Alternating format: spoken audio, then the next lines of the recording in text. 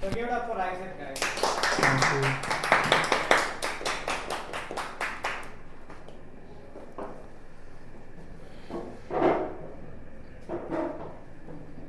So one revelation, I didn't prepare anything.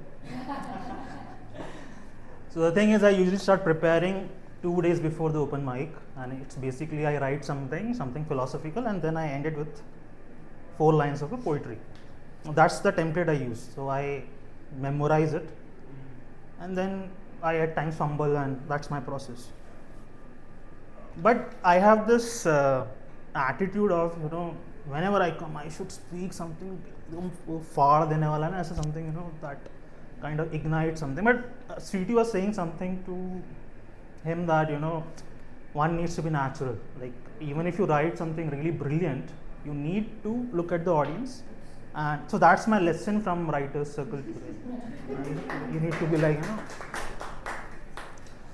So this book, basically I took like 70 days to write it, and we always have this question of, what is your writing process? What I do is, I usually whenever I wake up, I have my cup of coffee and I just blatantly write whatever comes in my head. And so there were 3 incidents that were happening, that parallelly happened. So I intersected those 3 incidents and I wrote a whole book. It's a 70-page book. And one incident that triggered me was in Feb, and that was when a colleague gave me a call and said another colleague of us, a married guy, he committed suicide. But then we cannot talk about it because, again, company policies, a lot of things. So, and this person has lived with me, like, say, for 2 days at my place. So we have certain, so not a thick friend, but like a friend whom I know personally. So it was there with me, it stayed with me for a good amount of time. And then I wrote all of it. So what I will do is, I have taken quotes from my book, and I have put it. So there is a choice. I will say the quote. If you like the quote, you guys say, yeah, it's good. If you don't like the quote, you have the freedom to, give it a thumbs down and boo it. So that would be very interesting. All right. And also, this is basically me indirectly pitching the book. If you like the book, you don't have to buy it or anything. Yeah. So the first quote is, I never named my pain, and unnamed things don't disappear. They just stop introducing themselves.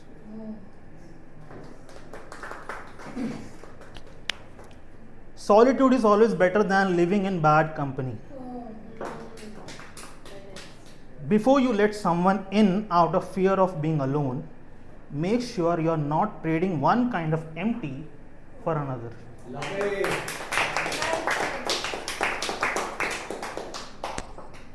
She builds a home inside the wound. We all have that room.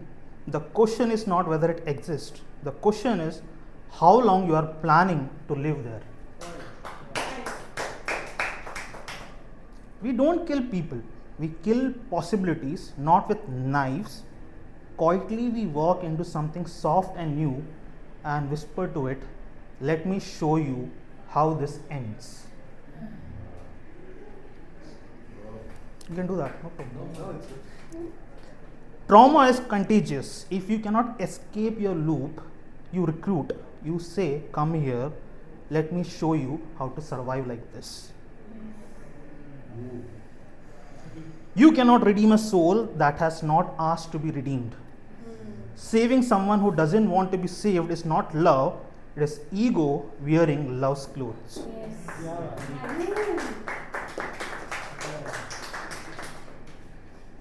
No love is worth it that eats on your self-esteem.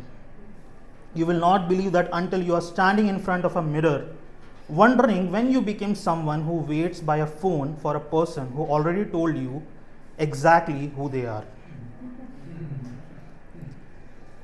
If you let the world know you are bleeding, you invite predators. Heal the wound first, then decide who gets to know it was there. Wow.